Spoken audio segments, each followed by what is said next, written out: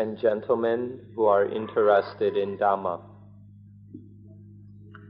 I would like to express my appreciation in your coming here in this way, namely in order to discover the Dhamma, so that it may help you in living your lives. This sort of activity is most reasonable, and so we would like to respond to it, to your purpose and objectives in the best way that we can. And we'd like to take a little time to explain why it is that we meet at this time of the day, at 5 a.m., in order that you may prepare your minds so that they are fit and proper for studying the Dhamma at such a time, namely in the world of 5 a.m.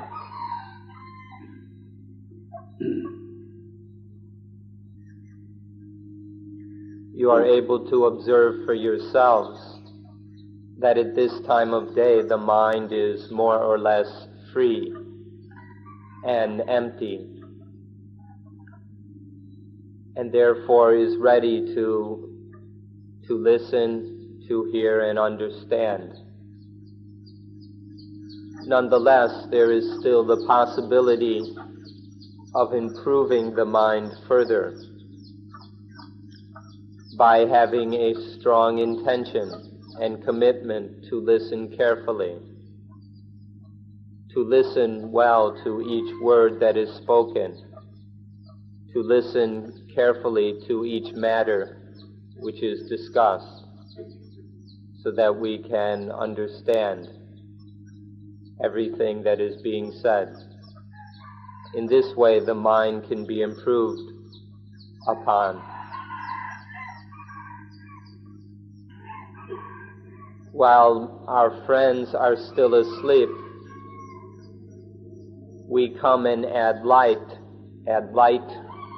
to our lives, which is the opposite of what they are doing, in order that we may find the highest benefit from life.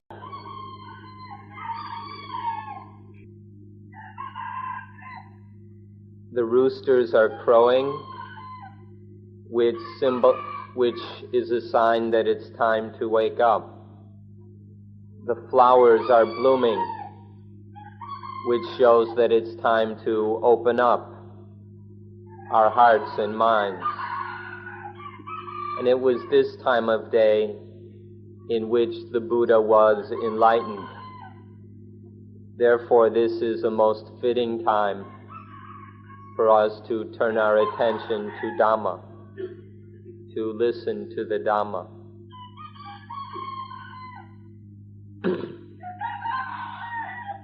To use our time in something truly beneficial is to increase life. Most people think that life cannot be increased, that our lifespan is already allotted to us. But this is not really correct. To use our time doing something really useful instead of the many other things we could be doing, such as sleeping, is to increase life. If we take life, and the more we give it to things that are genuinely of value, then the more that our life increases. And then we have the extra bonus of a morning walk. But this is not just an ordinary morning walk. It is meant to be walking without a walker, which is something very, very profound. It has the highest meaning in Buddhism. To walk without a walker means to act without an actor. to act without any one who acts. This is the highest thing there is in Buddhism. The last thing we would like to say right now is that we ask you to have a discipline in your eating, in your sleeping, and everything else that you do while you are here, which supports and aids the study and practice of Dhamma. Please live with a proper discipline while you are here, so that your time here is well spent and fruitful. The essence of this discipline is self-control. To control ourselves and restrain ourselves so that we don't just follow our desires and habits as we are accustomed to, but instead to control ourselves so that we are ready and able to study and practice Dhamma. As for the topic of today's lecture, it will be the secret of the thing called Dhamma. Today we will speak about the secret of the thing called Dhamma. The entire time that you have not yet received any benefits from Dhamma, that time, for that whole time, Dhamma remains a secret for you. The things which are secrets or mysteries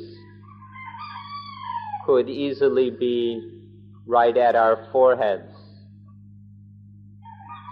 We are unable to see our foreheads, and so the things there remain a secret or mystery to us.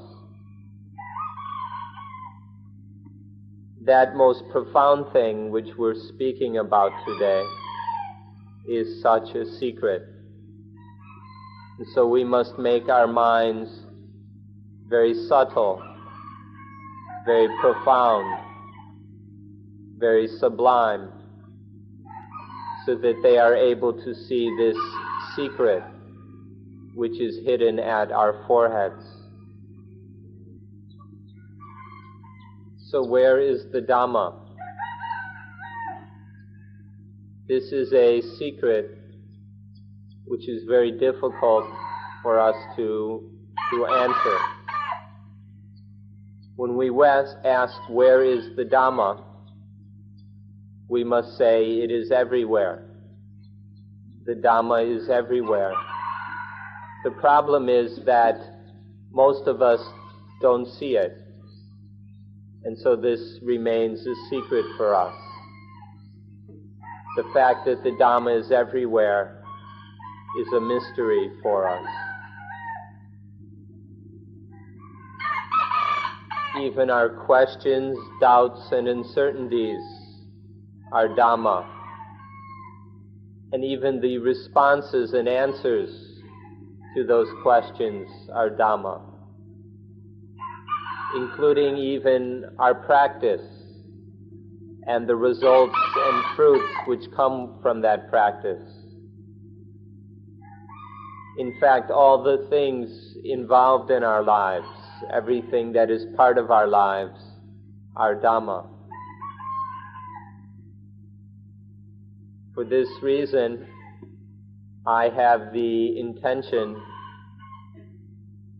to help you to understand the four primary meanings of Dhamma. These four meanings of Dhamma include and summarize all the many other meanings of the word Dhamma. This will be the purpose of this morning's talk.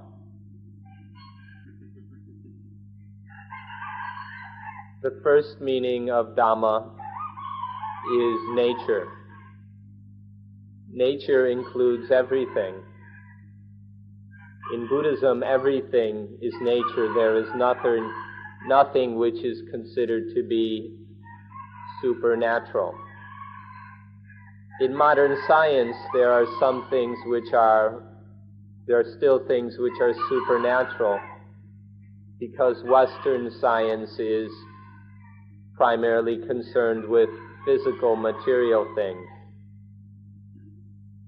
But Buddhism has nothing which is supernatural, because in Buddhism we are concerned with both body and mind, both mental and material.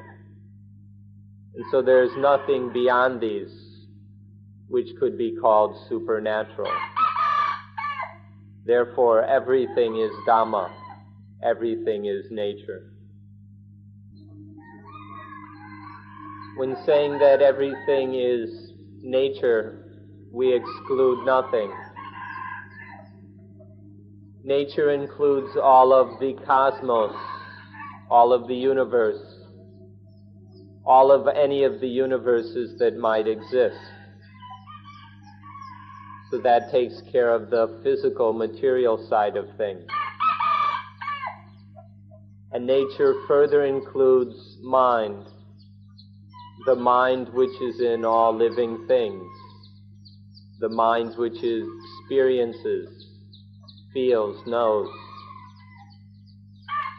the mind and all the things that are experienced by the mind. All of these are also included in nature. So nature includes everything, both those things which are physical, which lack a mental life, and then those things which have a mental life or a spiritual life. All things tangible and intangible, material and mental, are nature, are Dhamma.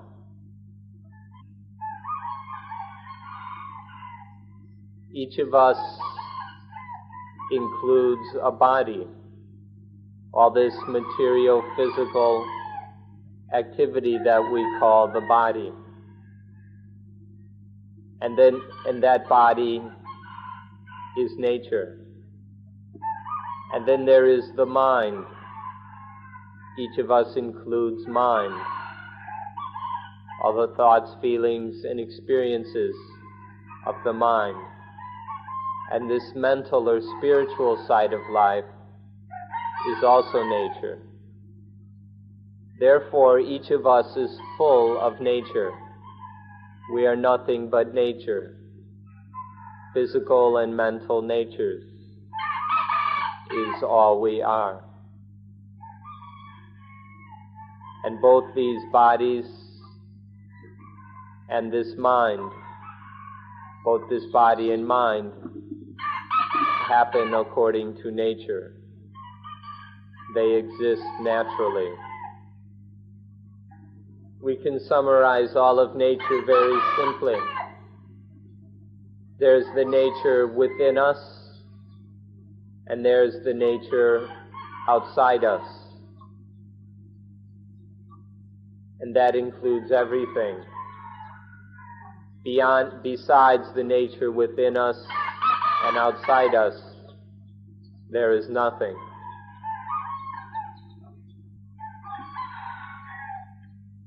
Each of you must know and understand all of this nature in order to live life correctly. That is, to live life that is free of problems.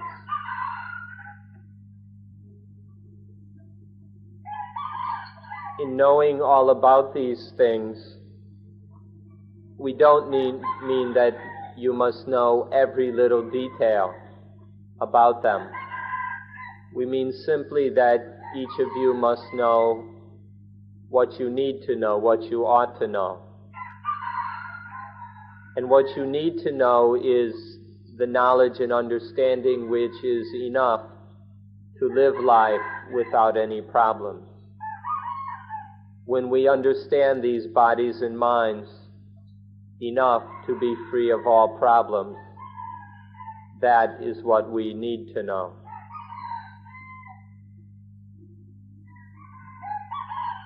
Next, Dhamma in its second meaning is the law of nature. In every nature can be found the law of nature. The law of nature inhabits all natures in a most absolute way. All natures contain and express the law of nature without the least exception. If you are a Christian, a Hindu, or a Muslim, the highest supreme thing for you is God. But for we Buddhists, the highest thing, the supreme thing, is the law of nature.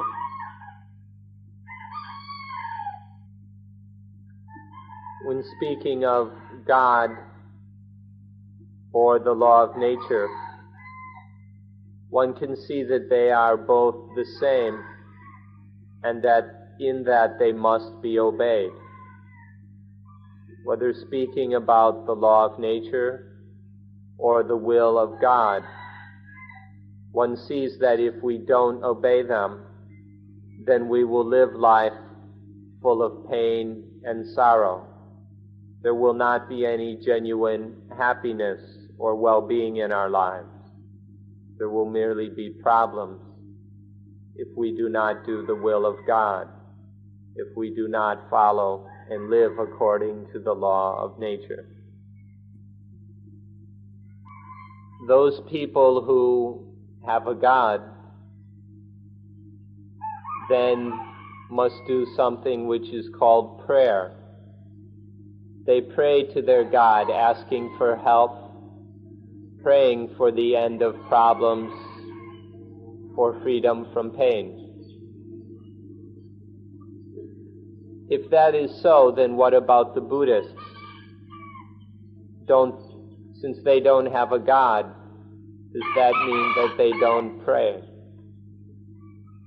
In fact, Buddhists have an even better kind of prayer.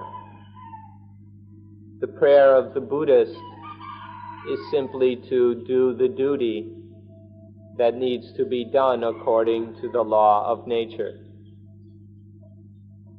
Simply doing the duty in line with the law of nature is the prayer of those who have the law of nature as their God.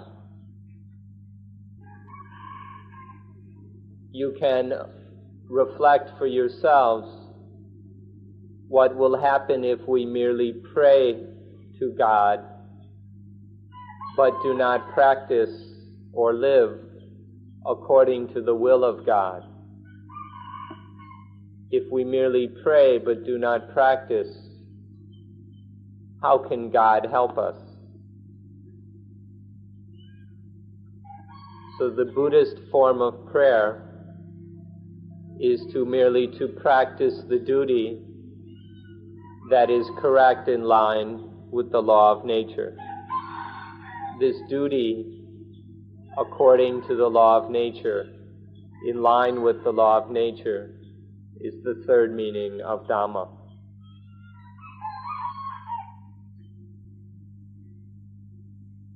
Our prayer is to do the duty according to the law of nature.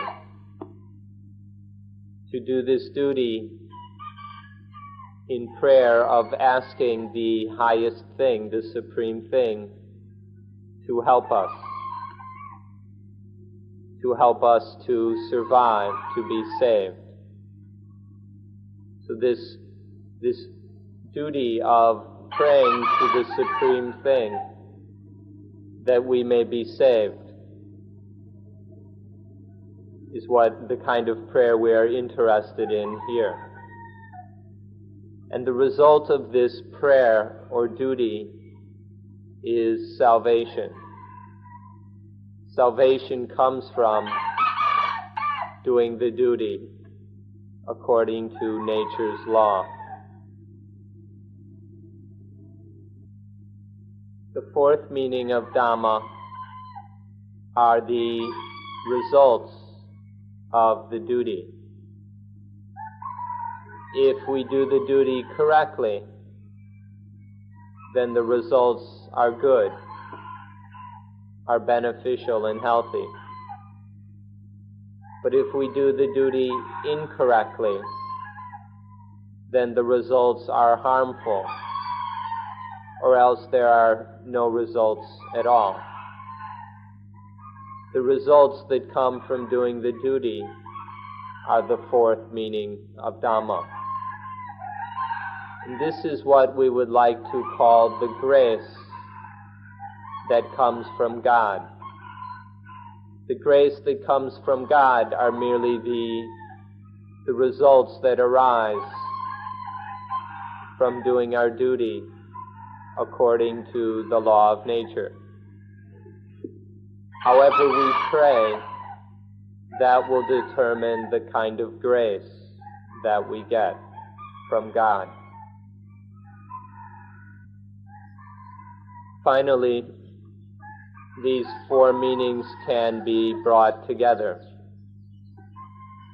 There is Dhamma as nature, Dhamma as the law of nature, Dhamma as the duty in line with the law of nature, and Dhamma as the fruits or results of that duty. In everything can be found all four of these meanings of Dhamma. In each nature that we find in this life are all four of these meanings of Dhamma. And so when we ask, where is the Dhamma? You can see for yourself that these four meanings of Dhamma are too much to just be on our foreheads. There's no way that we could fit all of these four meanings of Dhamma on just our foreheads. Dhamma is too profound, too broad, too infinite for our foreheads. The Dhamma is everywhere, in everything.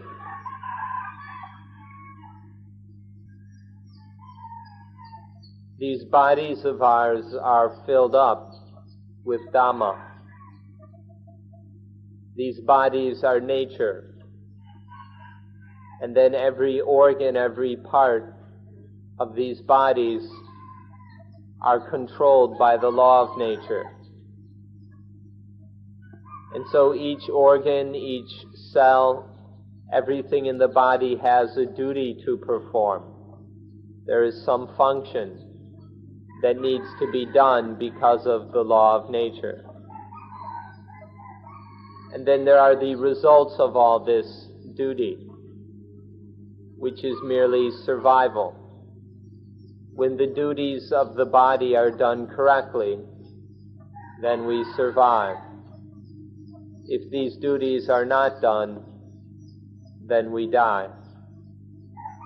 And so these bodies of ours, in each organ, in each cell, contain all the four meanings of Dhamma.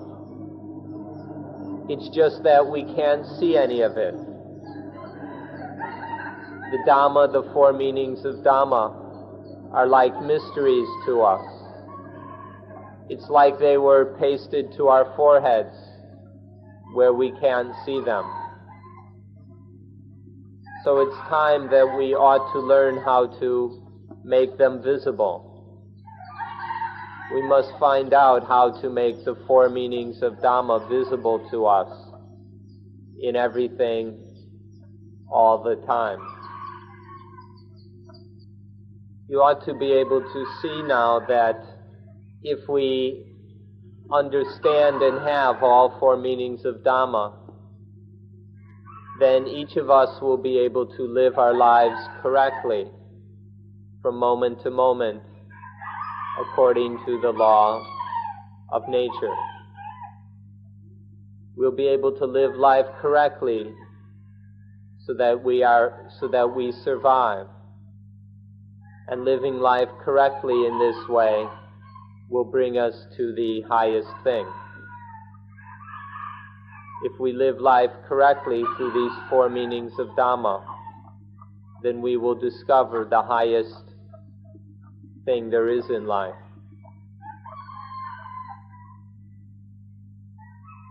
Here we ask you to study and learn about the five khandhas, that is, the five heaps or aggregates which make up a human life. We ask you to study the Paticca Samuppada, the law of dependent origination, and to study the Ariya Satya, the Four Noble Truths. And then we help you to study and put into practice Anapanasati, that is, mindfulness with breathing in and out. If you can understand dependent origination, or Paticca Samuppada, then you will understand all four meanings of Dhamma fully and completely. And if you can practice Anapanasati, then you will be able to practice correctly according to all four meanings of Dhamma. This is what we are aiming to do here at Suan Mokkh.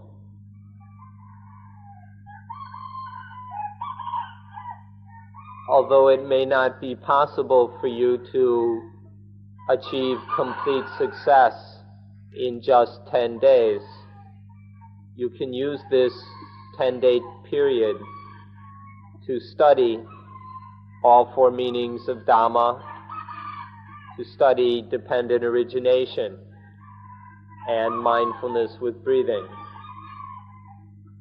And then you can give them a try. You can learn how to put these things into practice. This you can learn to do in 10 days. You can understand the what and the how of these four meanings of Dhamma. And then if you continue to practice accordingly after you leave, if you practice without stopping, without giving up, then one day you will achieve success. So this is what we can do here in these 10 days. It is well worth the time and effort. We will get back far more than we put in if we live and practice accordingly. When you are successful in your study and practice of Dhamma, then your life will be full of Dhamma. Your life will be Dhamma itself. And when our life is Dhamma, is one with Dhamma, is the same as Dhamma, then there will be no more problems and there will be no more questions remaining. When we study, when life has become Dhamma, then we study and practice Dhamma in each moment of life. Without any exception, each moment of life is the study and practice of Dhamma. And this then is to receive grace. This is the supreme grace there is in life. To be one with Dhamma, to study and practice Dhamma each moment of life. it is possible for us to study and practice Dhamma everywhere and at all times, throughout time and space. This can be done when we have lives which have become Dhamma in the way just discussed. So in the end, our life is nothing but Dhamma practice. Our life is always Dhamma practice. And so there are no problems, there's no pain. There's merely well-being and the happiness of practicing Dhamma.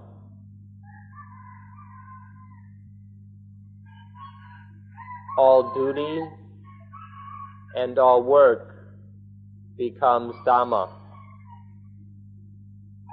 When life has become Dhamma, then we can transform all duties and all work into Dhamma.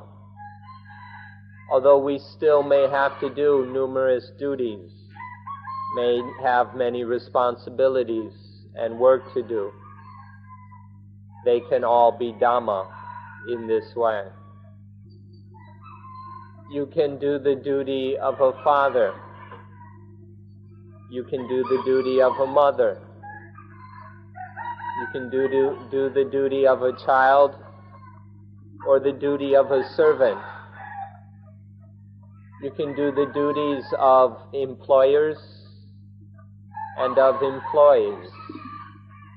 You can do any and all of the many duties which exist in this world by making them Dhamma, by doing them correctly according to the principles of Dhamma. And then all of these duties will be Dhamma. This way of speaking may be somewhat taking advantage of things, but if we do the duty correctly in line with the law of nature, we correctly perform the duties according to natural law, then we will be good fathers, good mothers, good children, good servants, good employers, good employees. We can even be good prime ministers and good presidents if we can do these duties correctly according to the law of nature.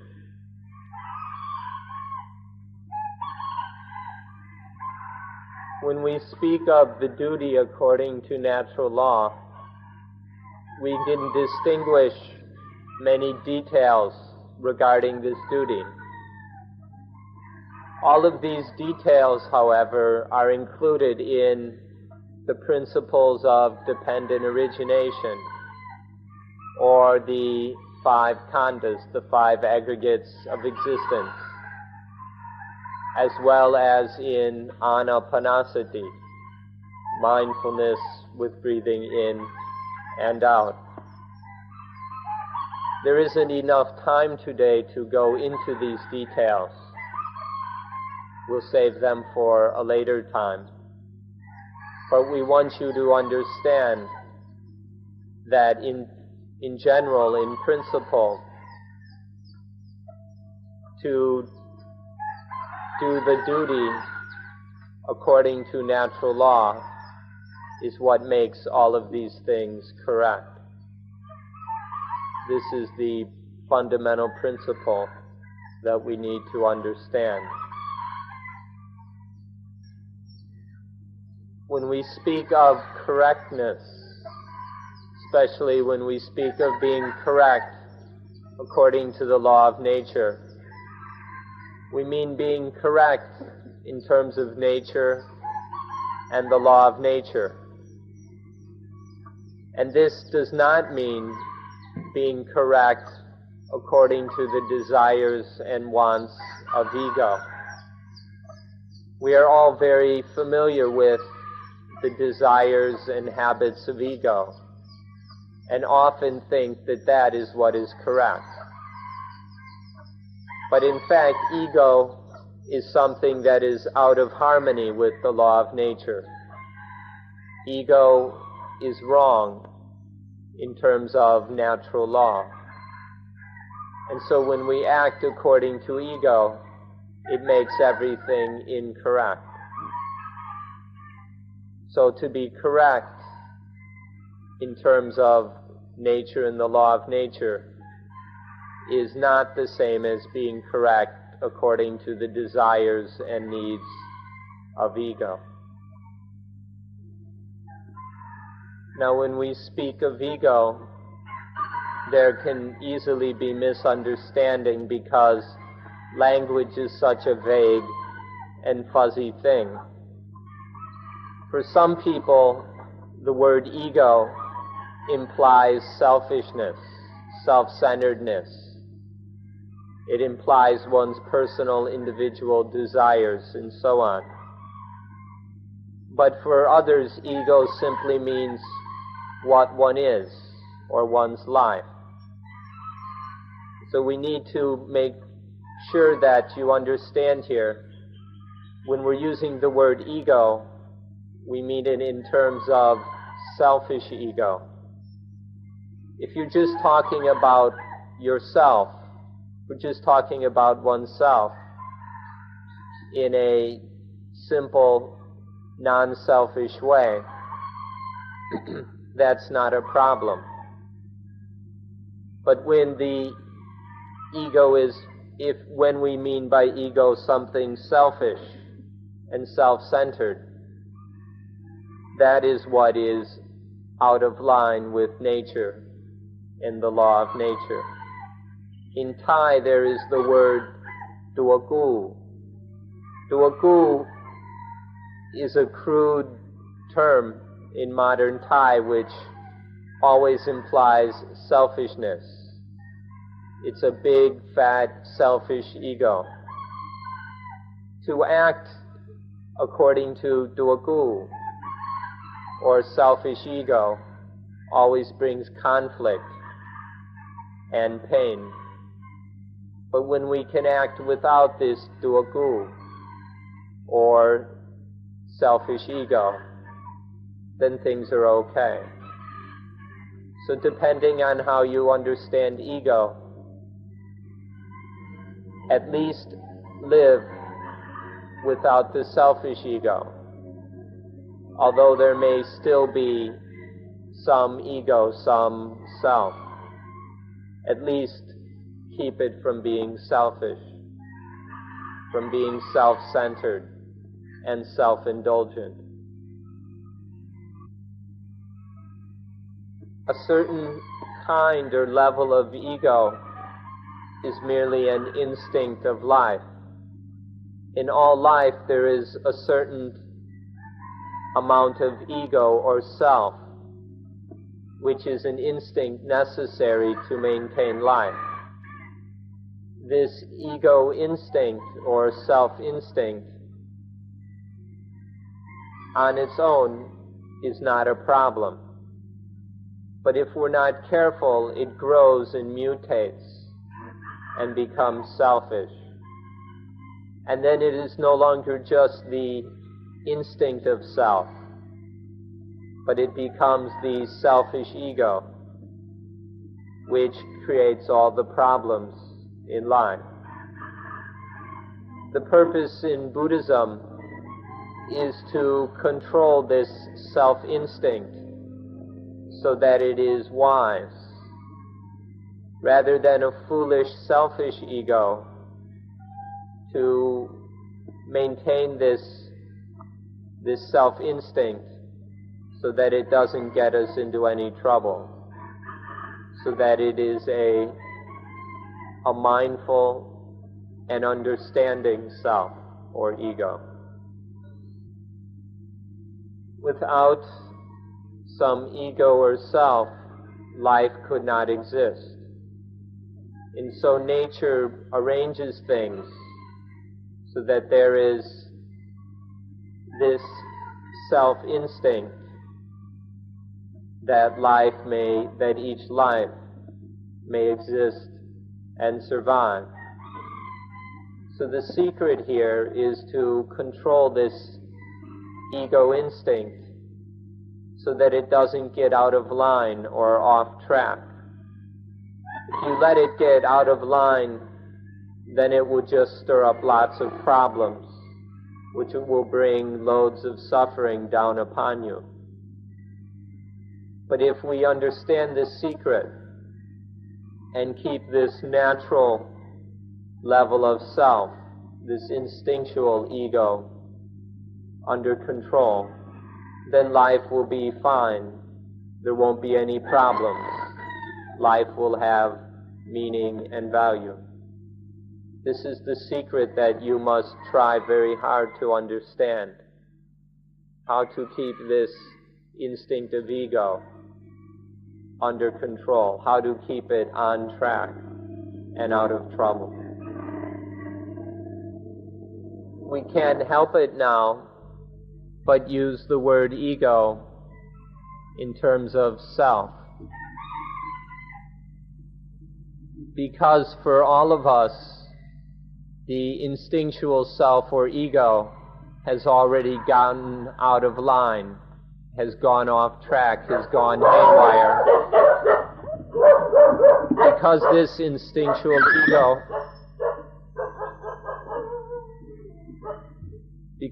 instinctual ego has grown into something selfish, then all of us now give the word ego the meaning of something selfish and self-centered. So it's up to us now to learn how to get it back on track, how to bring it back to the mere ego of that natural instinctual level, how to free this thing called self from the selfishness and egoism of the way we now live. So please don't laugh when I say you ought to have the ego which is not ego. You ought to have a self which is not self. You ought to have an atta which is anatta or not atta. Instead of don't just go according to the feelings and sensibility of that instinctual ego. Instead, have a self of Dhamma rather than a self of those instincts and ego. And when the self is the same as Dhamma, when oneself is just Dhamma, then that is the self which is not self. It is something which is quite difficult to have the ego which is not ego, or the self which is not self, to have the atta which is anatta. This is both difficult to understand and difficult to realize in practice. But when one has the highest Dhamma, then it can be done. Please be very, very interested in this until you are successful. This is the most important thing there is in life. Some of you are now thinking that this guy is abnormal or crazy. They're talking about the ego which is not ego, or the I which is not I, the self which is not self. Some of you are thinking that this is just too strange, too abnormal, and too crazy.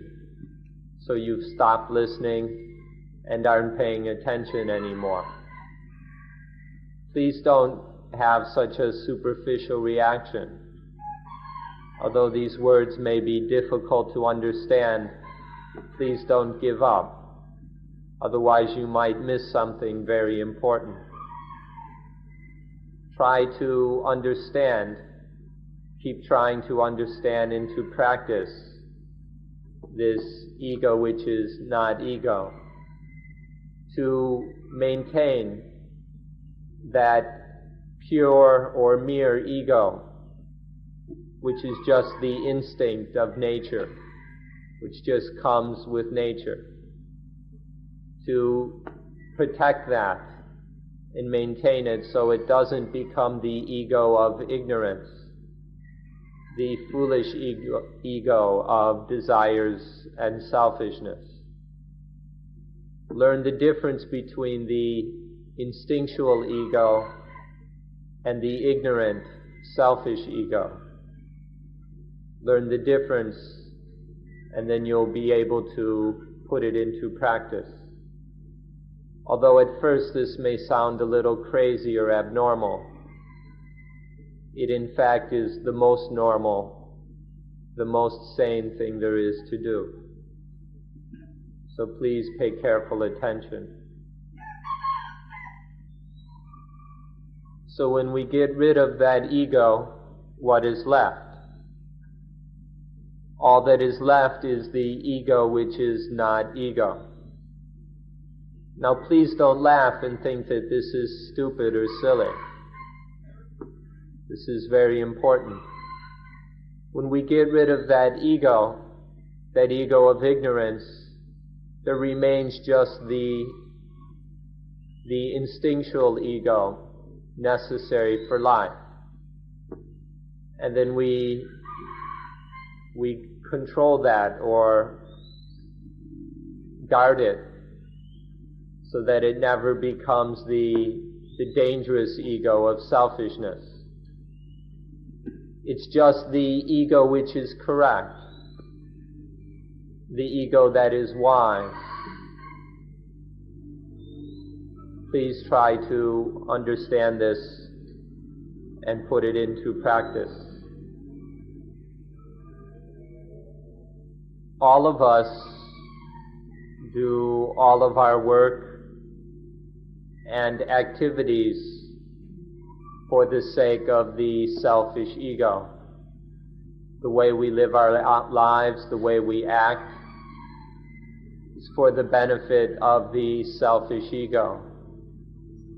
And so when someone speaks of getting rid of this selfish ego, it sounds like suicide to us. It sounds like killing that which we identify with the most. And so we turn off and stop paying attention. Please don't misunderstand in that way. This ego of selfishness is just something created by our own ignorance, by our own stupidity. It isn't what we really are. And to identify with it is a grave mistake.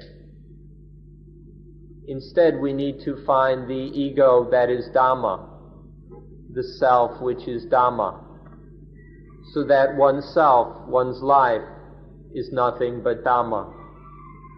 This is something each of us can do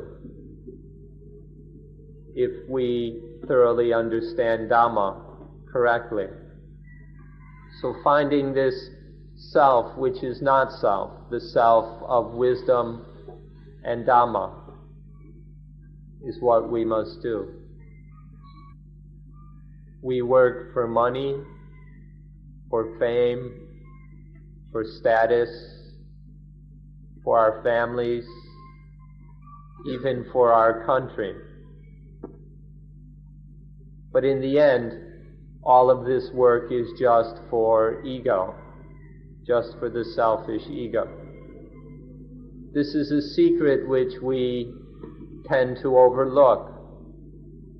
We don't need to notice and we don't pay attention to it. But our work, all the work we do, ends up being for the selfish ego. Although we think of it as working for money or for status, for our family, or for our country. we never work for correctness. We never work for the sake of Dhamma. We never do duty for duty's sake. And so we ought to work for the sake of Dhamma. We should work for the sake of the law of nature. We should do duty merely for duty's sake. When we work and act in this way, the results, the fruit of our labors and work don't go anywhere. They still accrue to whoever does the work. But we're working in a whole different way.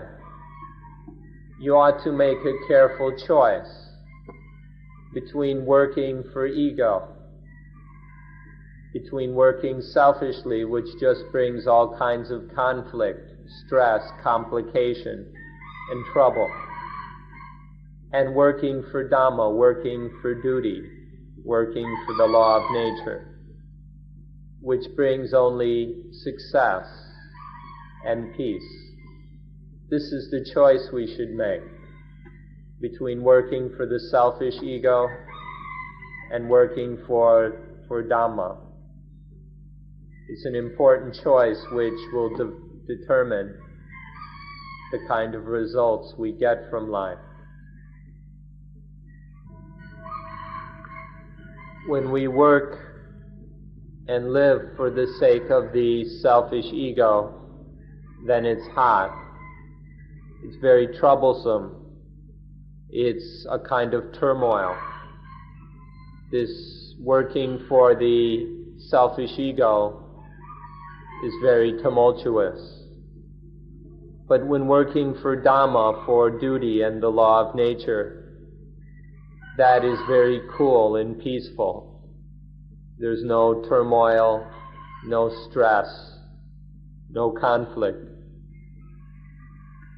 So it's important to understand how and to learn how to work and act in the way that is cool and peaceful, the way that is no longer for the selfish ego, but is for the sake of Dhamma, for the sake of duty. When we can do this, then life is cool, which means that life is free of problems. It doesn't mean that life is cold. We're not talking about some kind of endurable coldness or frigidity. When we speak of the cool life, of coolness, we mean the coolness which has nothing to do with hot and cold. This is the coolness of a life that is freed from the dictates of the selfish ego. It's the life that is free of the problems and turmoil caused by that selfish ego and its desires. This is the cool life which you ought to be interested in. The life that is full of the ego is a life that is also full of toil, struggle, and need. When we live through the ego and for the sake of ego, then that life knows nothing but toil, struggle, need, and stress. But the life that is free of the ego, the life that is without ego, this life is void, is free. It doesn't know any of that struggle, toil, and stress. All it knows is freedom, coolness, and peace. So this is our choice between the life of ego or the life of non-ego. You ought to think of this as an art, to get rid of the selfish ego and to live life without ego, free of ego, in a way that is peaceful, free, and cool. This is an art We can call it Buddhist art. To get rid of everything that is ugly, dirty, and out of place, so that everything that remains is pure, beautiful, clean, and in order. This is the meaning of art. To put things in order in their proper place, so that they are balanced and harmonized, so that they are beautiful. This is the highest aesthetic or art. To get rid of the selfish ego and all the ugly, disruptive, dirty things that it causes, so that in life there is just that which is in order, in harmony, and beautiful. This is what we call Buddhist art. It's the highest aesthetic, the highest aesthetic, the highest art. For those of you who are interested in art, we suggest that you consider this highest, most important kind of art, the art of living. This is the computer age. Everything depends on computers, runs through computers. Our lives are full of computers. So why not have a computer life? Why not have life like a computer? Don't laugh yet, but please listen for our explanation. Where is the ego of a computer, let alone some selfish ego? The computer works purely, directly, efficiently. You just give it information, you program it, and it does the work that is required of it.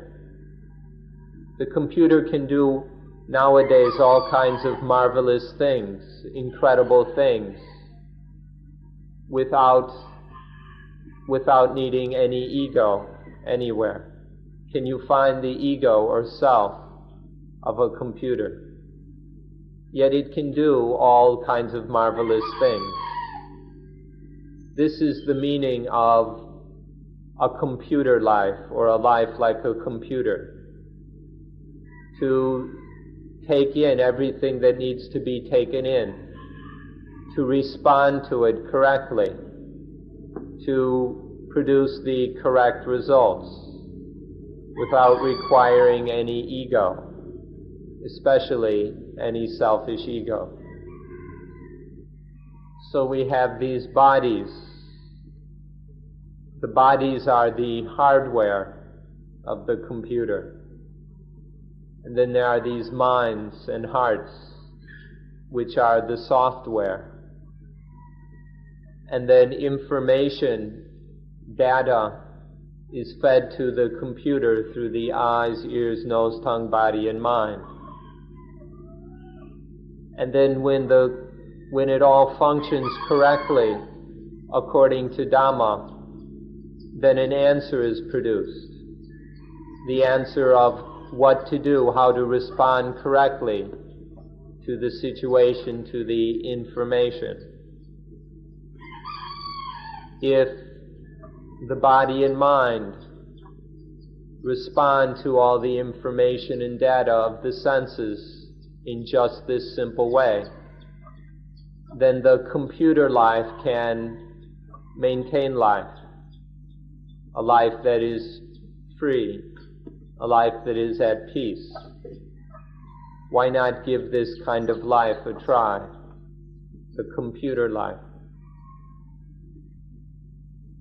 Correct understanding of the Four Noble Truths, of the five aggregates of human life, of dependent origination. This kind of correct knowledge is the software of our computer. And when this software works with the data that comes in through the eyes, ears, nose, tongue, body, and mind, which are our input ports, when it works with this information, then it will produce correct responses that will enable life to carry on in the most useful and beneficial way. So just like an ordinary computer has its software for processing information, when our computer, and can do so without any ego or self, in the same way, when our computer, our living computer, operates with the software of the correct understanding of the Four Noble Truths of dependent origination, then it too requires no ego or self. And so it functions in the most efficient, correct, and successful way. Don't laugh too quickly at this metaphor. You ought to give it a try before you laugh at it or judge it or react to it, because it might be a very easy way to practice. Some of you think that this is too difficult, that this is too much for people like us. But it's not so difficult. If one is sufficiently correct and sufficiently wise, then it isn't so difficult. It can be done. The secret is to be correct enough and wise enough to manage it. Nowadays they have all kinds of incredible technologies, things that can dig diamonds and jewels from deep within mountains and then fashion them into all kinds of incredible jewelry. And nobody thinks of it as difficult. They think of it as ordinary. In fact, nowadays we take so much technology for granted. We don't at all think of it as difficult, though people even 20, 30 years ago would have been amazed. And it's the same with this computer of life and the technology of Dhamma. If one is sufficiently correct and has sufficient wisdom, then it's not so difficult and we can manage. So please just make sure that you are correct enough and wise enough. Don't worry about whether it's difficult or not. Just be correct and wise enough to manage. Correct, it is very difficult for those whose wisdom is retarded or weak. But that doesn't apply to us. All of us have normal intelligence or even vigorous and daring intelligence. And so for us it is not excessively difficult. It's not so hard. We ought to apply ourselves in order to be successful.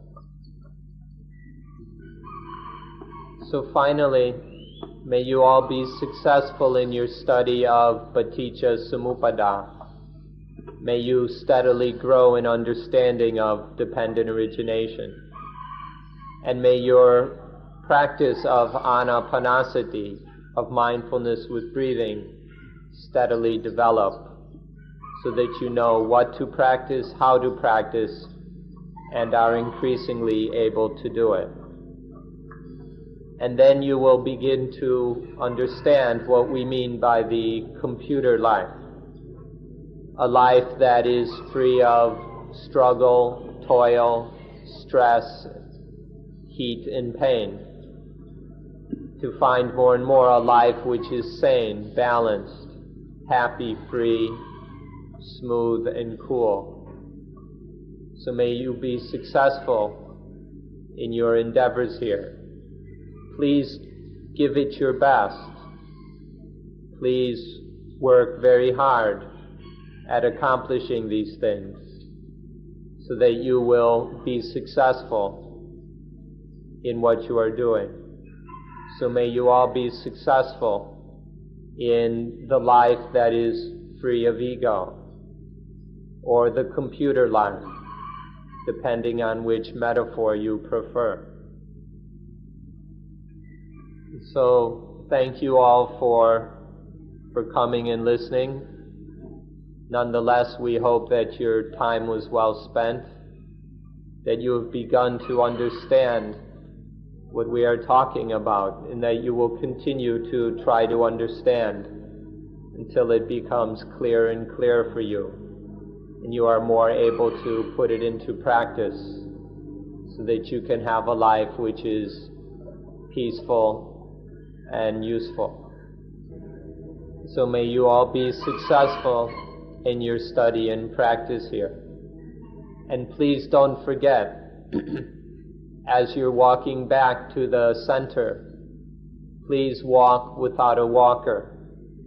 Don't forget to walk without a walker. Then you will be practicing the secret and heart of Buddhism. Don't walk with that selfish ego. Don't walk with any ego at all. Just walk like a computer would walk, without any ego. And then you will understand the point and goal of Buddhism. We hope you are successful in this. And this is the conclusion of today's talk.